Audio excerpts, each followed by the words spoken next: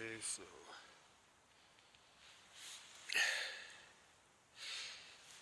here I have the quilt. This is a Enlightened Equipment Revelation quilt, I believe it's called. And this is the 10-degree quilt. So if all you were looking for was something that would get you down to 32 degrees, you could probably even get one that's lighter and more compressible. This one weighs about 1.5 pounds. It has the 800 fill water resistant down, and this pad is the quilt is also a wide long, so you could actually lessen the dimensions to reduce the weight and bulk of it also. This is the pad I'm using, which is, like I said, a really bulky pad. So these quilts have this neat little attachment system where basically it just hugs it on to the mat.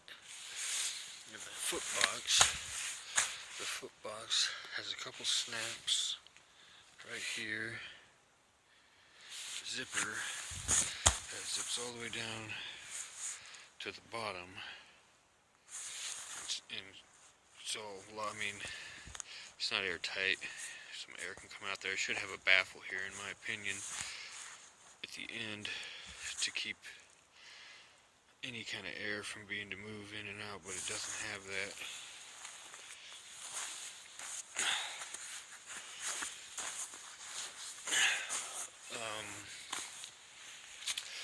So this is what's going inside the bivvy, which I obviously couldn't show you once it was in there.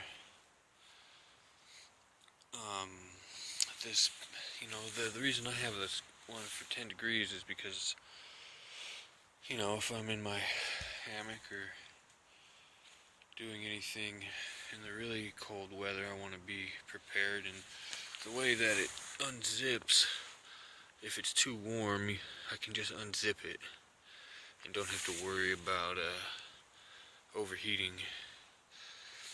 And so, for 32 degrees, for freezing temperatures, you could get a pad with a lower R value. This one I think is rated to be good down to 12 degrees or something. So you can definitely reduce the bulk and the weight of the stuff you're using if you're not trying to hit the colder temperatures. Okay, so this is the bivvy sack that I have now. It's the USM. God damn it! I don't get this fucking light.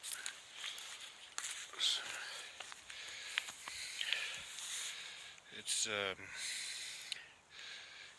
the USMC 3-season bivvy, or I guess it's really all-season bivvy, but the sleeping bag that comes with it is a 3-season sleeping bag. It's got this wire stuff over the face to keep that part of it off of your head.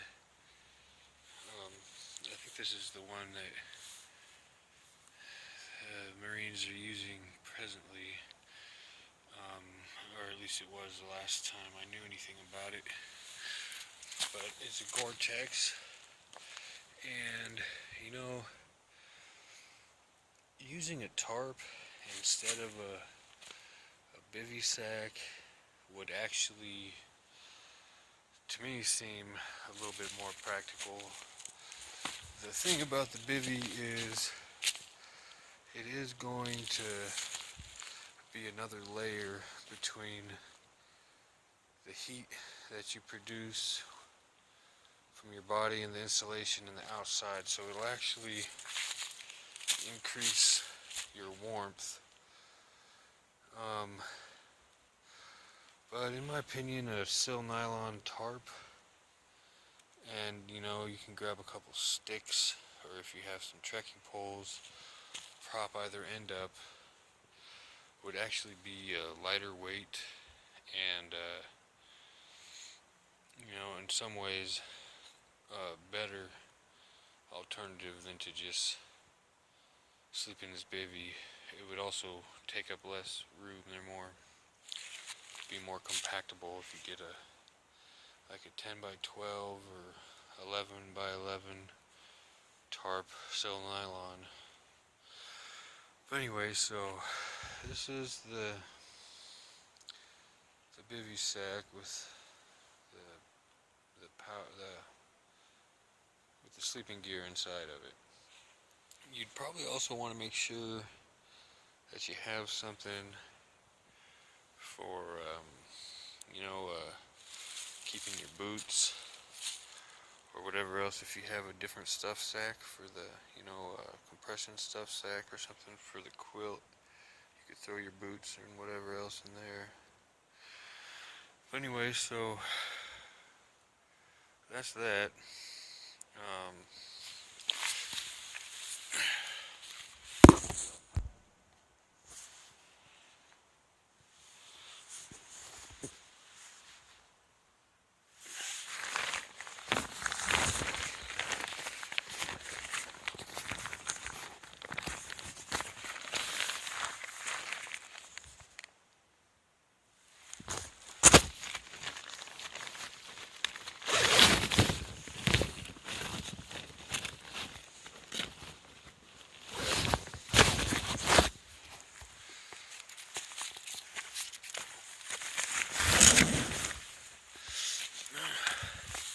I'm not going to be probably fully enclosed. It's not supposed to rain tonight. There's a 10% chance,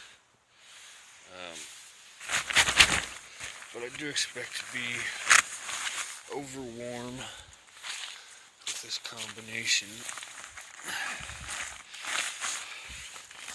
This quilt also has a cinch at the top here and little snaps. There's another one of those attachment points for the straps that connect it to the sleeping pad. Sorry for the crappy videography.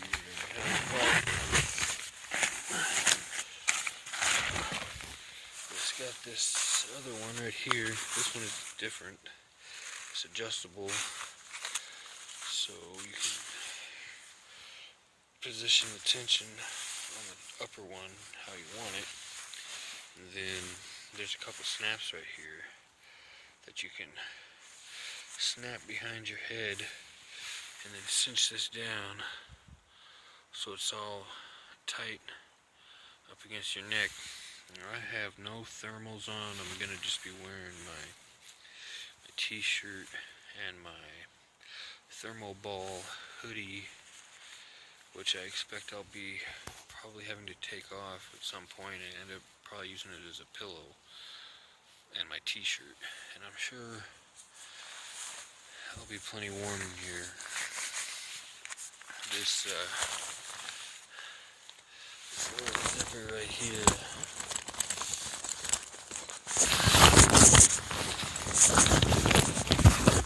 if you can see it, that's to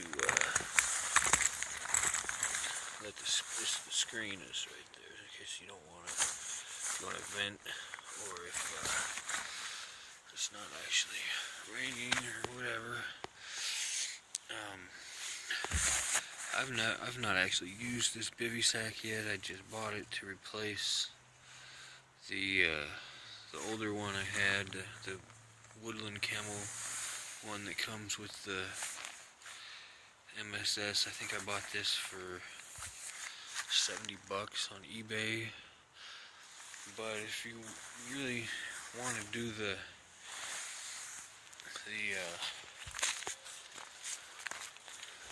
bivvy route instead of a tarp. I think OR makes a couple good ones as well that even provide more headroom and stuff. You can actually prop yourself up on an elbow or something while you're inside of it. So yeah, this one is a little bit constrictive with the pad inside of it. So I'm gonna put the pad on the outside and show you some of the other features of the quilt. So here's the tag on the bivvy cover. What that is, this quilt, now since I'm not using it to attach to the pad, sorry, these clips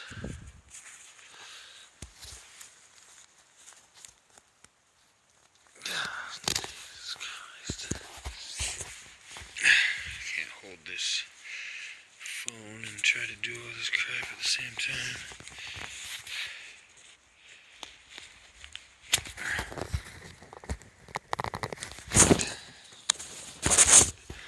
Take two hands to do that.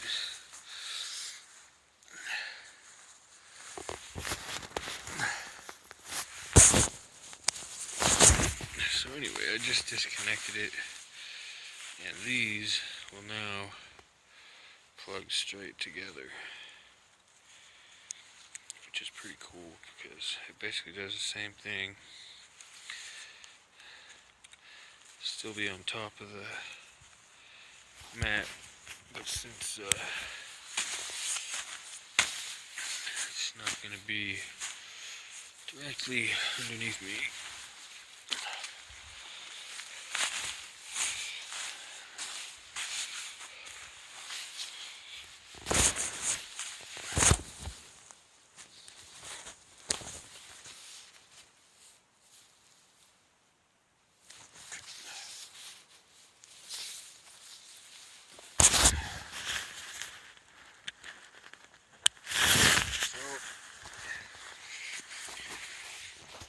see with it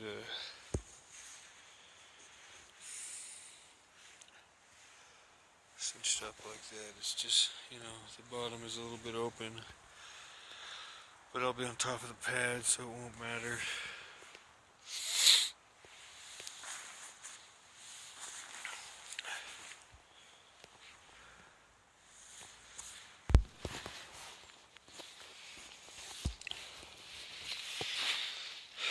Alright, well,